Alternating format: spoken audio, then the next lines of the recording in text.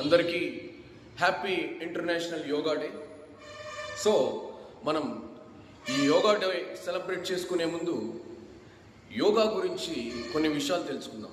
అంటే యోగా ఎలా పుట్టింది, who is the father of yoga, సృష్టికర్త ఎవరు, యోగా సృష్టికర్త ఎవరు, అసలు యోగా అంటే ఏంటి, యోగా ఎందుకు చేస్తాం, యోగా ఎప్పుడు చేయాలి అనే చాలా వాల్యుబుల్ విషయాల్ని ఈరోజు మనం డిస్కస్ చేద్దాం. ఇవి చాలా యోగా చేసే వాళ్ళకి, వ్యాయామం చేసే వాళ్ళకి, ప్రతి ఒక్కరికి ఇది ఉపయోగపడుతుంది ఈ మ్యాటర్.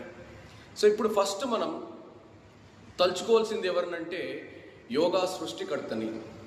సో యోగాని ఇన్వెంట్ చేసింది ఎవరు, యోగాని సృష్టించింది ఎవరు, యోగా ఎలా పుట్టింది అంటే yoga, who is the father of yoga అంటే శ్రీ పతంజలి మహారాజ్.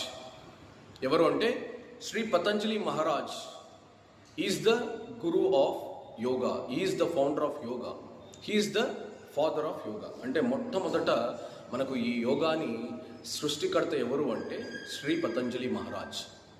ఈ యోగా ఎన్ని ఏళ్ల కిందట పుట్టిందంటే ఆల్మోస్ట్ 2000 ఏళ్ల కిందట పుట్టింది. ఈ మనం ఇప్పుడు చేసే జిమ్, ఏరోబిక్స్ అన్ని ఇప్పుడు పుట్టాయి, కానీ యోగా అనేది అతి పురాతనమైనది.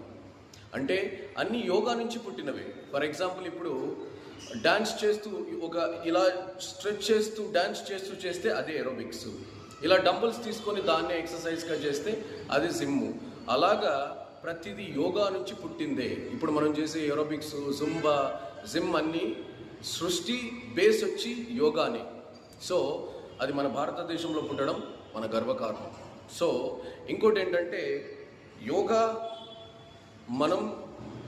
యోగాలో పతంజలి మహారాజ్ ఫస్ట్ ఆయన ఒక వృక్షం కింద కూర్చొని ధ్యానం చేసేవాడు.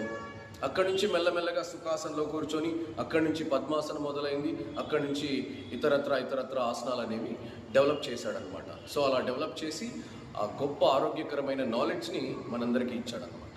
ఇంకా కొన్ని విషయాలు మనం యోగా గురించి తెలుసుకోవాల్సింది ఏంటి అంటే యోగా ఎందుకు చేయాలి, యోగా ఎప్పుడు చేయాలి. యోగాకి అతి ముఖ్యమైన టైం ఏంటంటే సూర్యుడు ఉదయించక ముందు లేదా సూర్యుడు ఉదయించే టైంలో మనం, అంటే